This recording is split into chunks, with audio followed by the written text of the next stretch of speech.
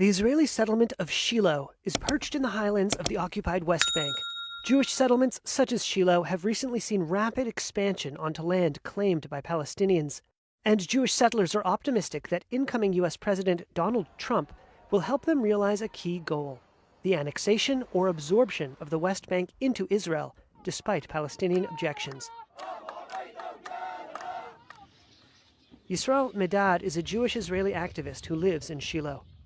I think that we're still in a process of getting both the American administration, the United Nations, and other people to realize that our rights extend to Judea and Samaria, and eventually we will be able to have sovereignty here.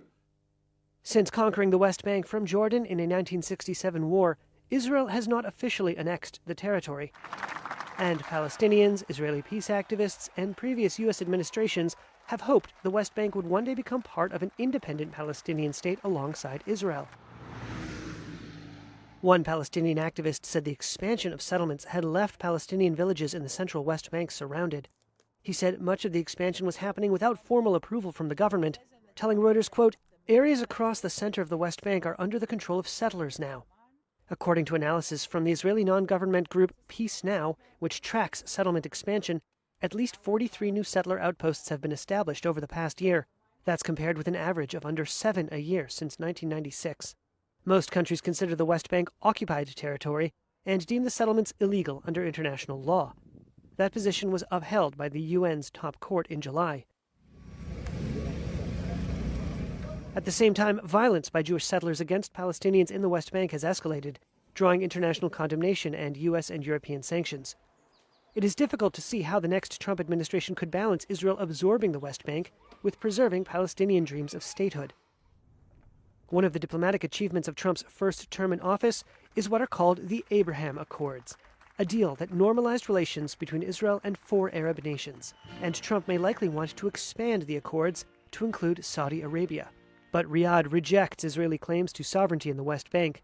Former U.S. Mideast envoy Dennis Ross told Reuters, quote, "There is no way the Saudis will think seriously about joining if Israel formally absorbs the West Bank." I recognize Judea and Samaria as part of Israel. But many figures in the incoming Trump administration, particularly those on the American Christian right, are explicitly sympathetic to Israel's settler movement. They include Christian evangelical Mike Huckabee, who Trump named as his next ambassador to Israel. Many American evangelicals affirm what they say are ancient Jewish claims to the land, which they call by the biblical names Judea and Samaria. Near the settlement of Shiloh is an archaeological site that some identify with biblical figures such as Hannah and the prophet Samuel. Huckabee, as well as Trump's nominee for Defense Secretary Pete Hegseth, have visited the site. Huckabee did not immediately respond to a request for comment. Many of the people in the new administration have been here to Shiloh with us, have prayed with us, have toured with us, have come because they understand the biblical significance and how important this is to Israel.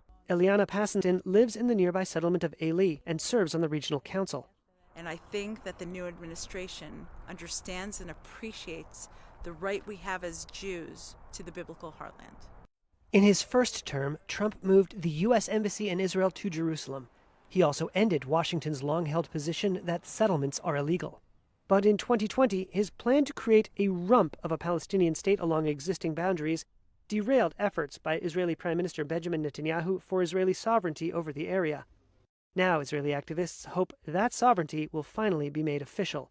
Our hope is that we will take a decision together. Israel Gantz is the head of the Yesha Council, an umbrella group of Israeli settlements in the occupied territories. I understand that the responsibility on the Israeli government, but I hope that Trump administration will let them take the decisions that will be good for the state of Israel, and I will say for the Middle East.